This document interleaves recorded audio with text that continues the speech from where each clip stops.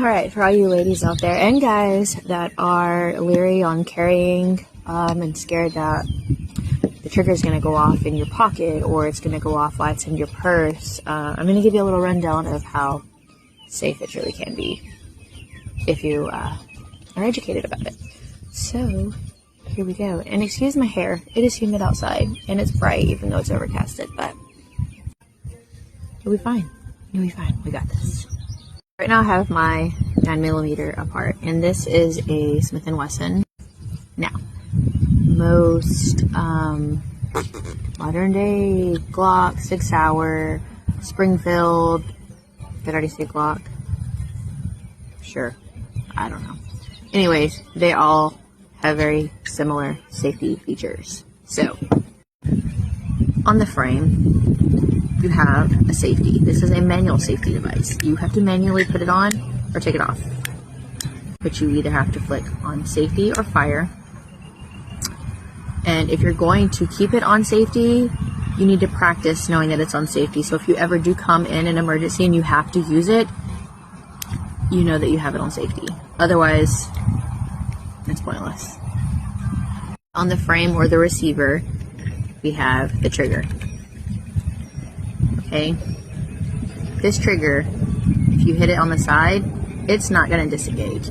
You have to physically put your finger on it and squeeze it. So you cannot bump it and make it go off like that. Now, the safety is on, which is flipped up. If you can see, it will not go all the way back. If the safety is down for fire, see how it goes all the way back? Which will release that pin. Modern day guns, these slide, you rack once, and then it'll automatically keep reloading for you. You just pull the trigger every time until you're out.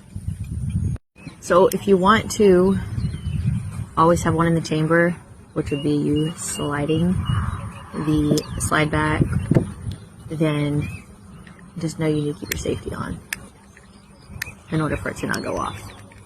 Or you can have nothing in the chamber and have to slide it back and turn the safety off. But just know those are 2 steps you're going to have to take if you're in an emergency. In the slide, there is a striker pin. I'm going to try to do this with this pin. Let me close it.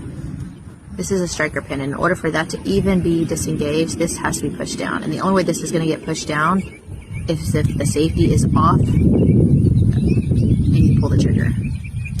It's not going to go off if you drop it.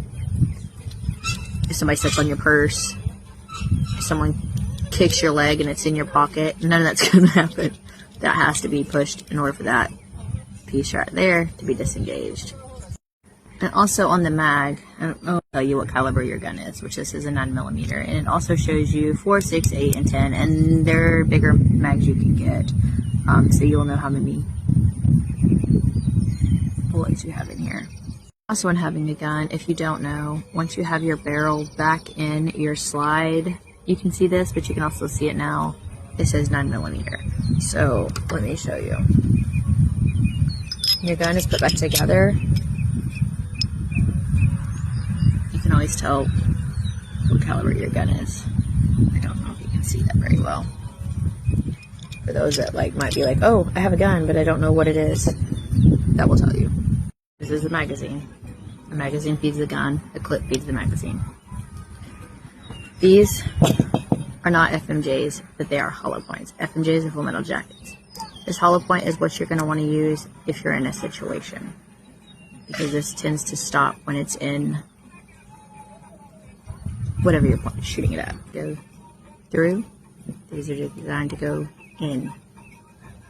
So in a situation and you only have these in your gun, you need to know what's behind whatever you're shooting at.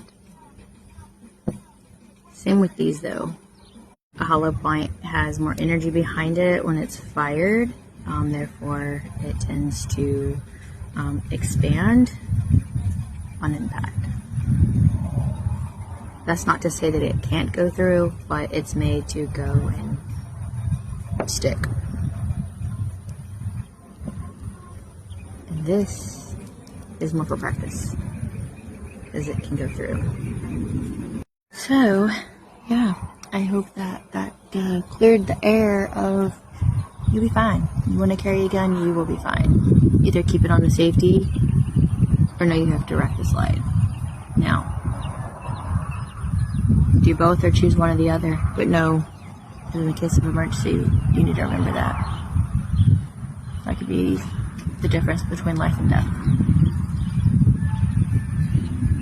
And carry it how you feel comfortable. Carry it in your side of your hip, or get a holster. I see that they even have the holsters for like around your waist, which is something I think is pretty cool for especially mothers, because we've got diaper bags or purses or strollers or kids on hands, and sometimes you just don't have time to grab in your bag.